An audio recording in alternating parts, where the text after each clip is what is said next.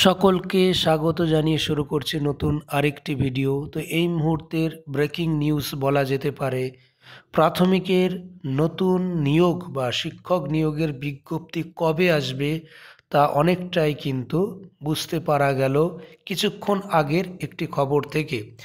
কারণ সাংবাদিকদের কাছে এমনটাই কথা পর্ষদের তরফ থেকে জানানো হলো, সেখানে পরিষ্কার বলে দেওয়া হলো যে টেট 2017 সেই সঙ্গে টেট 2022 এই দুটো টেটের ওপরে যে প্রশ্ন ভুলের অভিযোগ করা হয়েছিল সেটা কিন্তু মেনে নিয়েছে।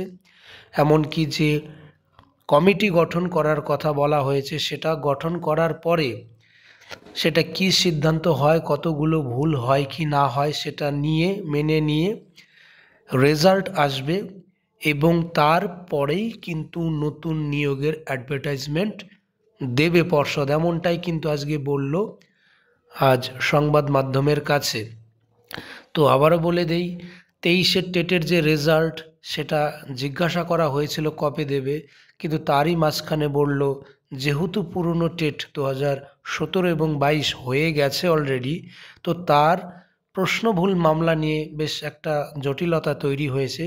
তো সেই জটিলতা কাটানোর পরেই 23-এর টেটের রেজাল্ট বা সেই সঙ্গে নতুন যে নিয়োগ বিজ্ঞপ্তি সেটা কিন্তু পর্ষদ দিতে চাইছে। তো এই মুহূর্তের বিগ ব্রেকিং নিউজ বলা যেতে পারে। তো এখান থেকে একটা জিনিস অনুমান করা হচ্ছে যে আগামী দিনের নোটিফিকেশন আসতে হয়তো কিছুটা সময় লেগে যেতে পারে। আর যেহেতু প্রশ্ন ভুল মামলা, তো সেইখানে যদি প্রশ্ন ভুল প্রমাণিত হয় একটি বা দুটি, তো সেক্ষেত্রে নতুন করে পাশের সংখ্যা কিন্তু বাড়বে, সেটা 2017 হোক বা 2022-এর টেট থেকে হোক।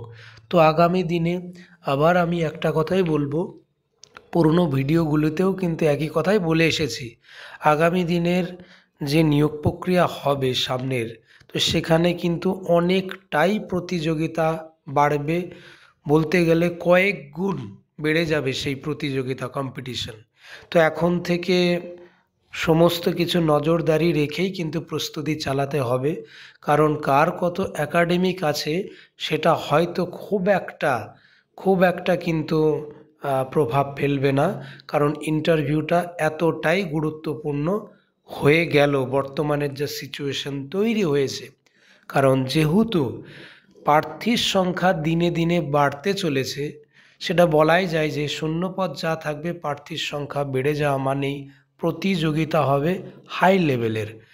তো আজকে তো পরিষ্কার জানিয়ে দিল সাংবাদিকদের কাছে, বা তাদের উত্তরে জানিয়ে দিল পর্ষদ 2017 এবং 2022-এর টেটের প্রশ্ন ভুলের বিষয়টা আগে মিটিয়ে নিয়ে ধাপে ধাপে 23-এর টেট, তারপরে গিয়ে হয়তো নোটিফিকেশন আসবে। কিন্তু ভেতরে ভেতরে নোটিফিকেশনের জন্যে রেডি আছে, কিন্তু এই মুহূর্তে দাঁড়িয়ে যেটা পরিষ্কার জানিয়ে দেওয়া হলো যে আগে প্রশ্ন ভুলের মামলাটা আগে দেখতে চাইছে। তো এই ভিডিওতে এইটুকু ইনফরমেশন ছিল। অবশ্যই যারা নতুন আমার চ্যানেলে ভিজিট করেছো, আমার এই চ্যানেলটিকে সাবস্ক্রাইব করে এই চ্যানেলটির পাশে থাকবে।